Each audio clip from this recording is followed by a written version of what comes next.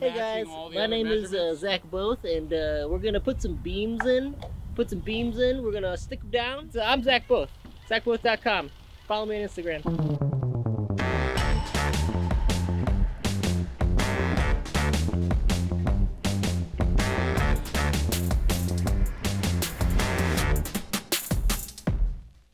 This week on Do It Yourself.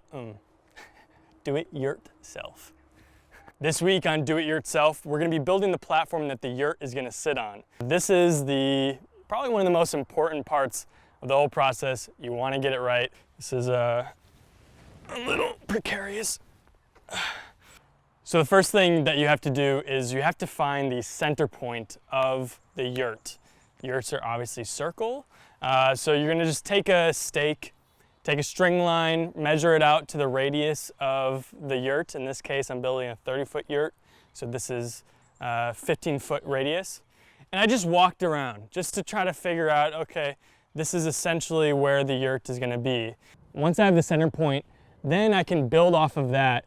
And the first thing that you need to do is find a right angle, because then from there you can make sure everything else is square, your lines are parallel or perpendicular to each other. You're going to go back to high school geometry class, you're going to pull out Pythagorean theorem, and essentially it's just a 3, 4, 5 rule. So you're going to measure 3 feet here, 4 feet here, and if it's square, if it's a right angle, this is going to be 5 feet. I'm like, oh, everything needs to be straight, and they're not straight. I'm working off pre-engineered plans. I'm not a structural engineer, far from it. I took the plans that Rainier gave me to build this 30-foot yurt, and it shows where all the posts need to be.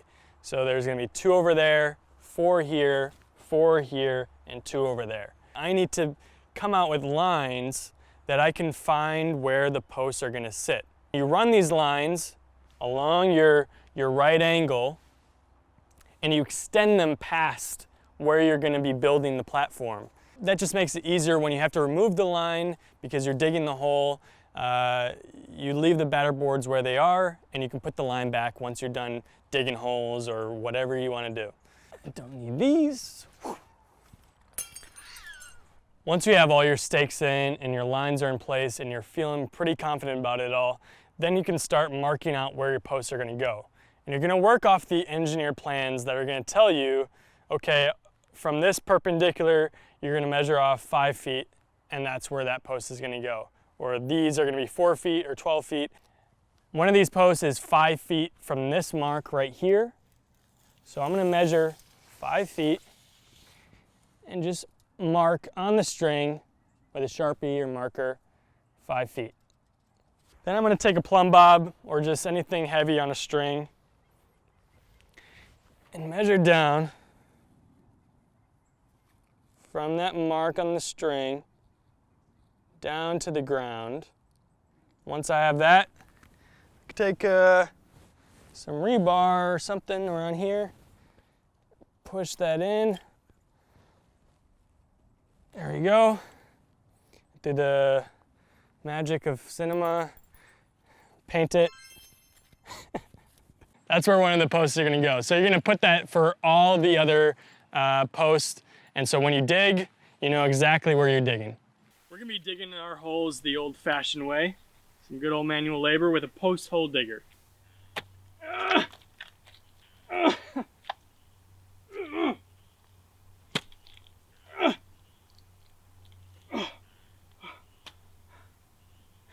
How many of these do we have to do? 12? Oh God. All right, I think I got something that might work a little better. I'll be right back. Okay.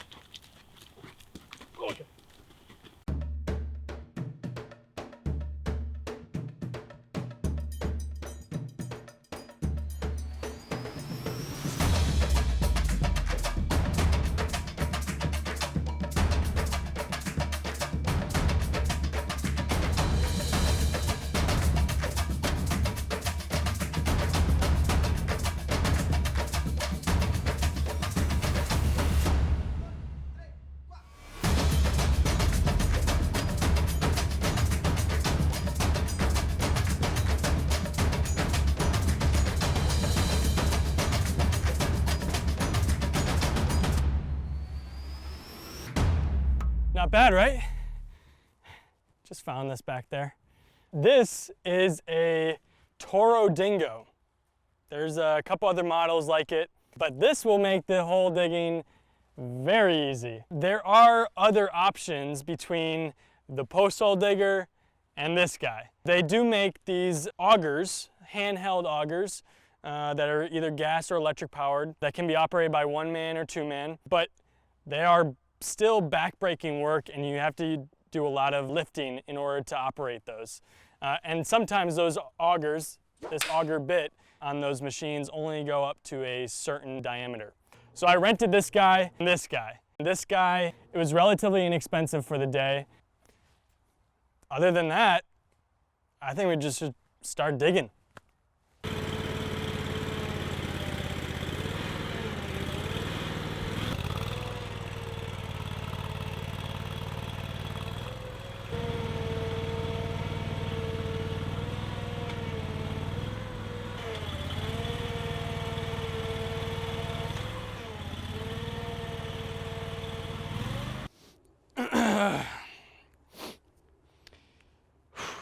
Little recap. That did not go well. I guess what you should know is that if you're working in a muddy area, this is probably not the best idea. It's, you know, about 2,000 pounds and gets stuck very easily. Didn't even get a single hole drilled. So I'm going to regroup and see you in a little bit.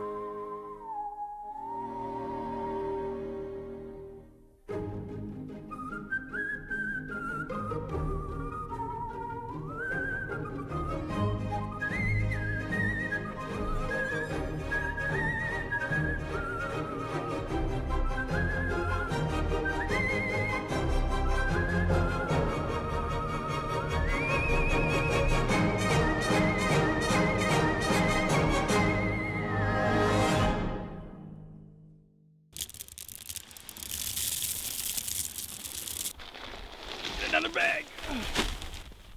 So you want a good layer of gravel on the bottom, about maybe 3 to 6 inches. Grab our tamper and just tamp on the inside. And we're just gonna double check, triple check the length and the position. And that's actually right on the money. Level all the way around.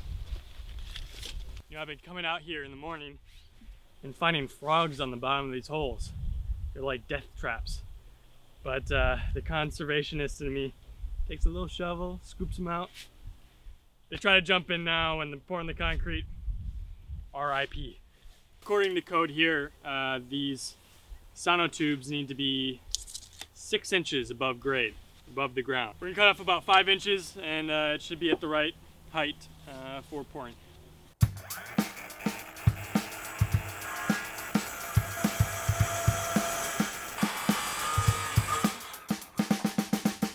We're gonna put the side that we cut down in the gravel because we'll be able to level out any inconsistencies of my cutting and put the factory edge right on top.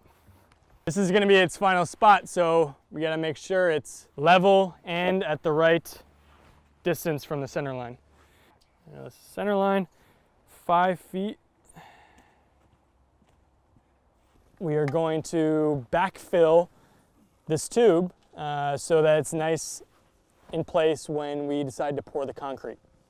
There we go.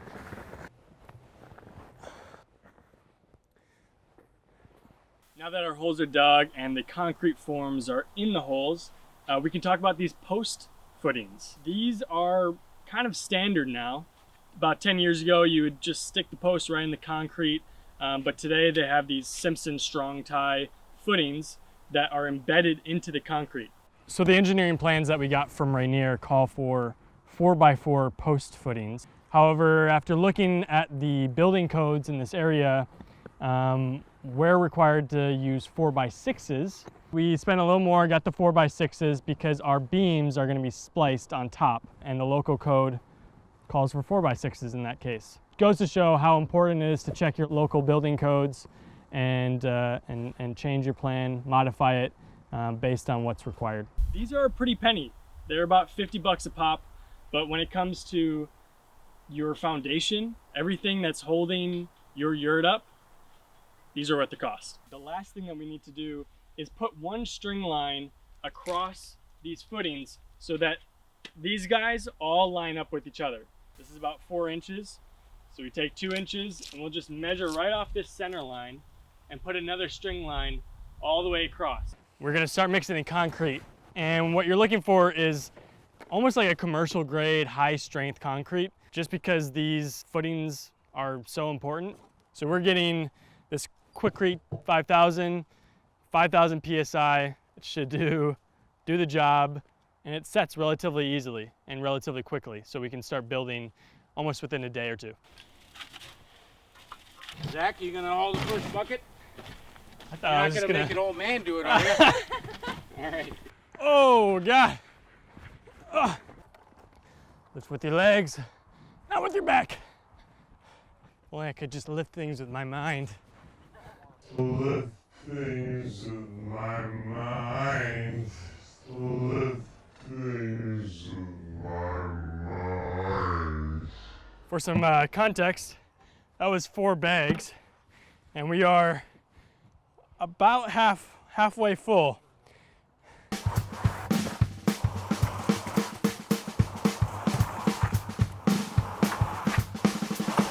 Now that it's almost full, before we fill it up to the top, we're gonna take a rebar and just really jam it in there. Try to get any of those air pockets out. A little tappy tap. We can take our 4 rebar. These are about 28 inches long for a 39-inch hole. We're gonna stick these 4 kind of in a diagonal or a square, and you want to leave about 3 inches from the edge to the rebar. Nice little diagonal.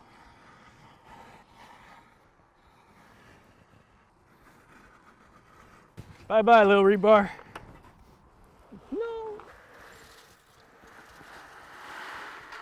Put a little bit of this back. We'll edit this in post.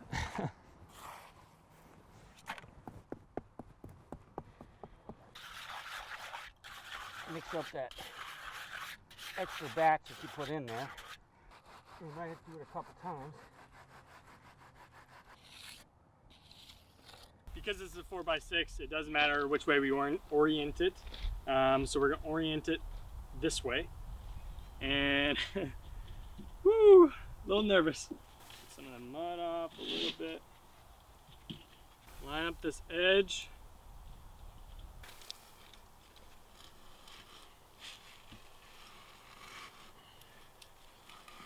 In fact, you might. Do you have your hammer? Where's that hammer, Nicole?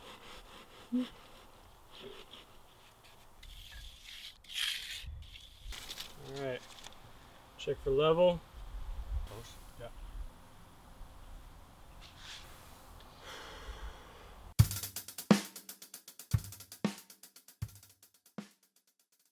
We're going to be building the subframe for our platform, and the first step of that is putting in the post into the post connector, whatever we want to call them, that are embedded into the concrete. And because we're on a slight slope and the concrete forms are at different heights, we are going to have to cut these posts to different height to make this platform level. There's a couple ways for you to do that. One, you can use a water level. You can also use a bubble string level. We're gonna go a little fancier. You can pick these up at most tool rental shops. This right here is a laser level. I have to read the instruction manual because there's buttons and I don't know what they do. So now our laser level is set up in the center of our workspace. It itself is level. This particular model is self-leveling. But once that is set up, we can now determine the height of all of our posts. And the way you do that is there's a little laser on top of that, and it's going back and forth, and you should be able to see it on one of these guys, on a tape measure. You simply just go around, going to all your posts, marking out the height, not the temperature, the height of all the posts. You should be able to see it. There we go, the laser. Get a close-up of my dirty fingernails. So it looks to be about 22 7/8. So we're just gonna write it right on the 18.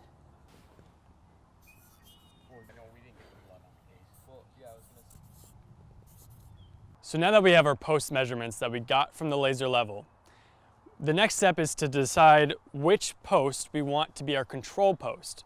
And that's gonna help us determine the height of all the other posts. We're gonna say this is gonna be our control post. From here, you're gonna decide how tall you want just your post to be, based on your local building code or the terrain, what might look good. And you have to remember that you're gonna have the beams on top of that, and either your joists or your sit panels on top of that.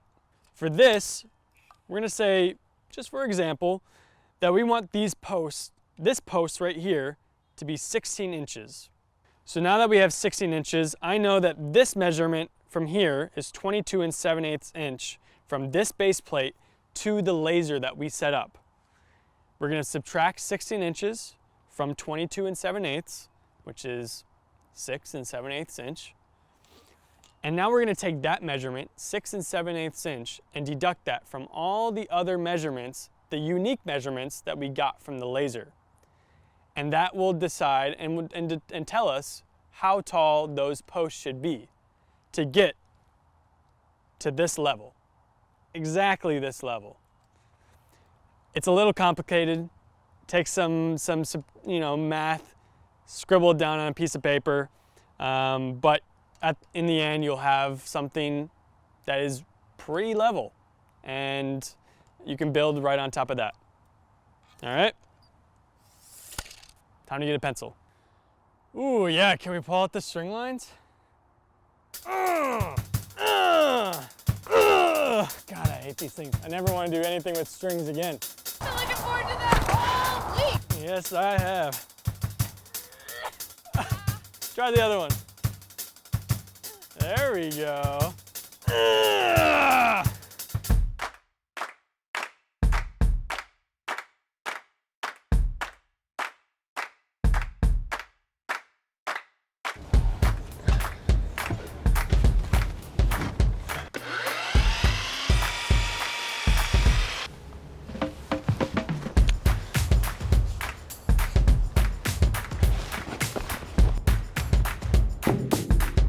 Before we got this saw, what was your plan for all these posts? How were we gonna cut these? By hand.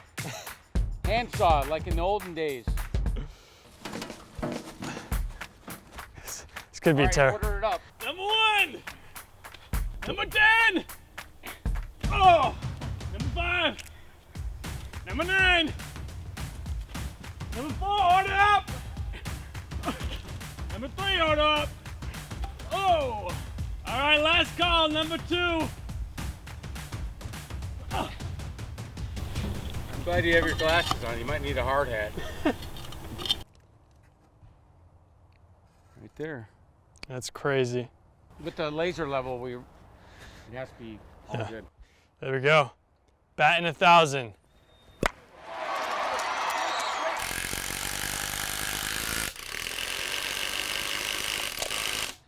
Now that we have our 4x6 posts in, or for you, it might be 4x4 posts, we're gonna put these post caps on, and essentially, you put one on each side, and your beam sits on top of this, and you're able to attach your post to your beam with this post cap bracket. If you hold the hammer further back, you get more. Okay. He's been working construction for 30 years. Whoa! All right, so now that we have all of our post caps in, we can start placing our beams in as well. And for the beams, you're gonna wanna reference your engineering plans that either Rainier or someone else provided you. And some of these beams, you're gonna have spliced. And that pretty much means that there are two beams that meet and adjoin right in the middle, one extending this way, one extending that way. But for at least these two, these shorter ones in the front and those two in the back, we can use one single beam that extends all the way across. I guess we just start sliding them in. Obviously it has a natural. There's some heartwood beams.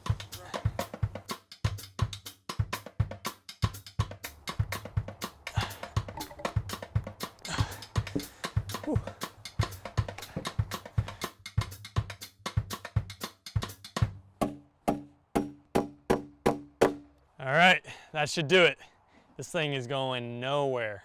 When you're building your yurt, it sits on a platform, and pretty much there are two ways to go about building that platform. You can either use regular joists and put either plywood sheets or boards on top of those joists, or the other option is to get something like this. These are structurally insulated panels, or SIPs for short. And these are pre-made, and they're insulated inside and pretty much cut to a circular shape already. So it's almost like puzzle pieces that you're putting together. They are a little pricey, but it does save a ton of time. These typically go up in about a day.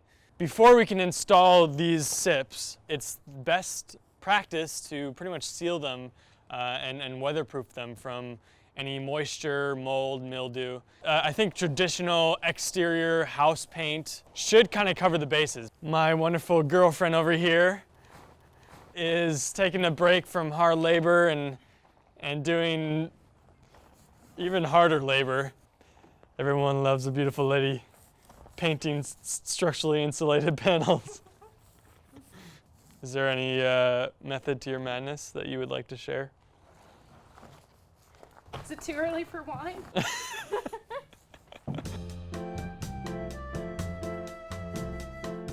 Right here, this is our master plan.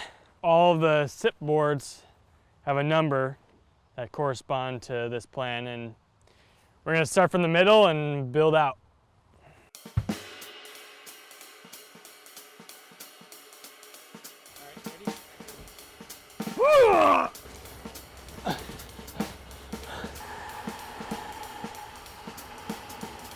We're starting from the center, and this is really the most important part of this whole process. You want to get this right because you're building off of this, and if this is not square, everything else won't be square either.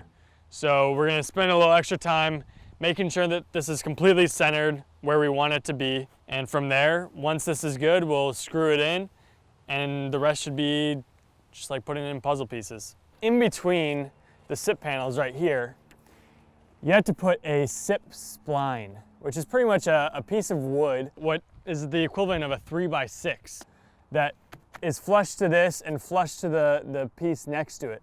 And then you can drill in from the top and glue them in, and that's how you attach these boards together so that they don't come apart later. Officially, what they recommend is that you get 2x6s, and you gang those 2x6s together to make a 3x6. Oh.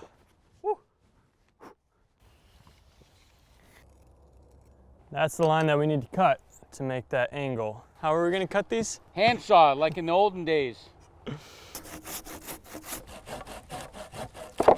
Now we're going to take a planer, plane off a 1/16 off the top and bottom, and then bevel the edges to make a nice, easy fit. I think we're ready for the next piece, the holy matrimony of structurally insulated panels.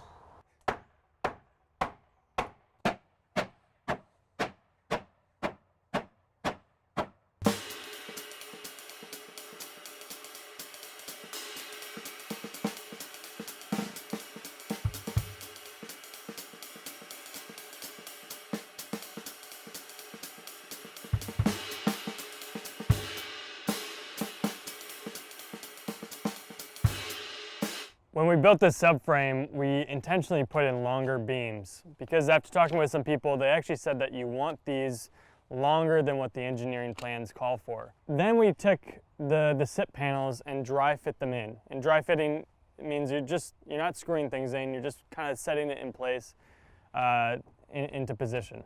Once the SIP panels were in, we were able to measure about 6 to 7 inches, in our case 7 inches, from the edge of that SIP panel to the beam.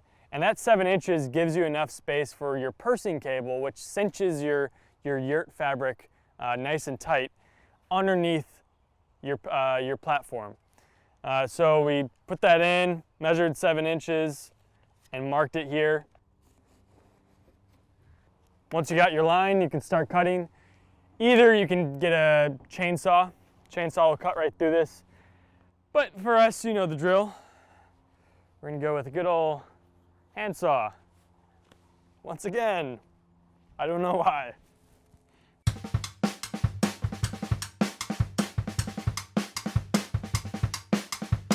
All right, let's go get lunch. Look at that.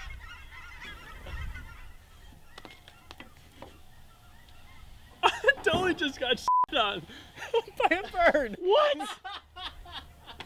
Oh, What God. It's been 5 days since my last shower anyways. I needed one. Yo, Jimmy, that guy's filming something down there. Let's get him! That was awesome. We're ready to put these 45 degree beams in that will hold the corner sips up. We have our beam in place based on what the measurement was, and we're just gonna scribe underneath to get the exact line that we need to cut.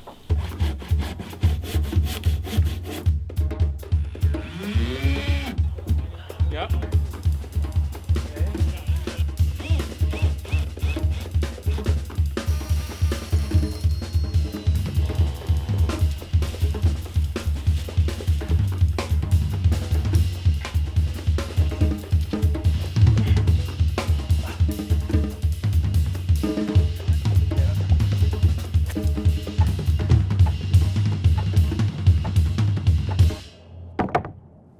Bingo bango.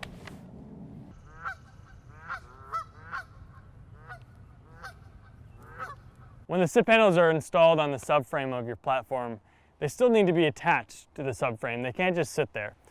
So we use these guys. This came with the SIP package. These are leg screws. They go down through the plywood, through either this SIP spline, which is foam, or the 3x6s that we made, and down into our beam.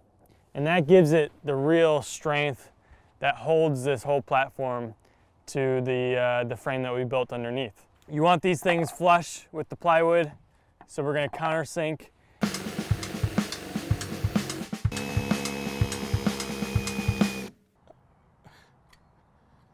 Bunch of times, do it a lot. Poke, poke, poke. Oh yeah.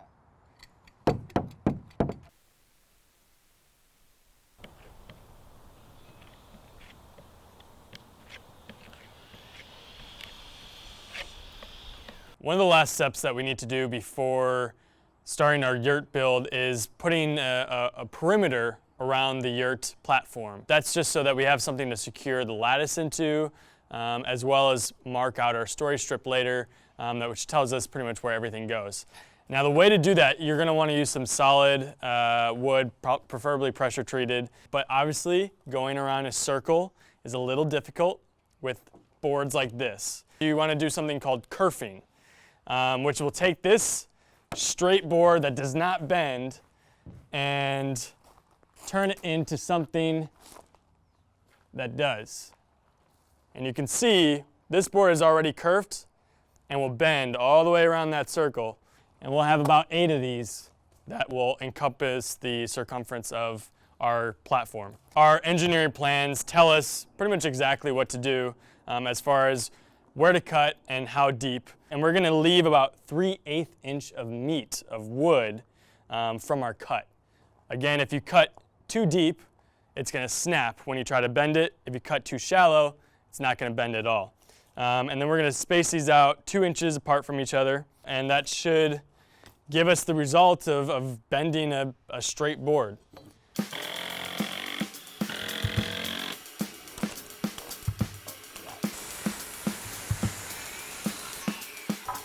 Time to install the kerf board.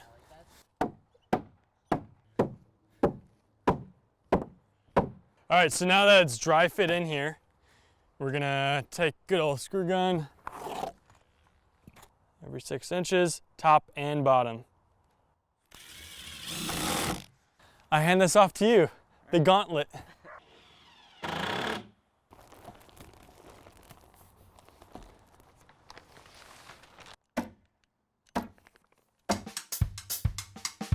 So we're here at Goodwood in Portland, Oregon. They do deconstruction of old houses and take all the wood here and sell it to people that want to repurpose it. So we have a ton of Doug fir tongue and groove flooring that we're going to use for the flooring of our yurt. Most yurts that I've seen use some sort of engineered flooring. Those are really nice because a lot of them are water resistant and do snap in place. But these you just can't beat. You can't beat the character that's in these, boards that are almost 100 years old. We're gonna load this all up, pray that we have enough to cover the floor of our yurt. So let's get loaded. This place is like a dream for any DIY woodworking person. They have, 1x2s and wall clad and big beams. It's beautiful, beautiful wood. And I would recommend anyone in the Portland area to check it out. Maybe pick some up for your own project. Nicole's stacks are a lot neater when she comes out. That one's better. And she carries more. They're with their flooring, I'll tell you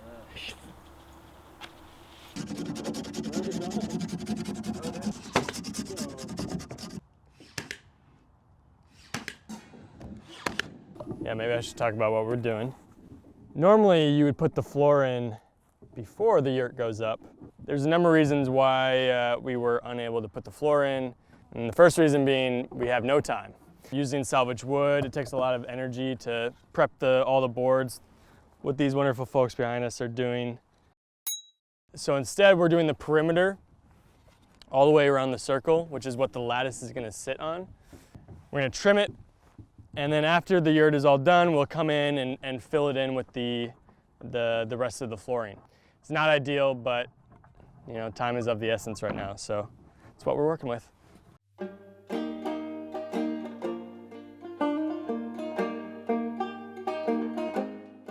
It's gonna be a late night. Very late night. Shaking the camera, yes.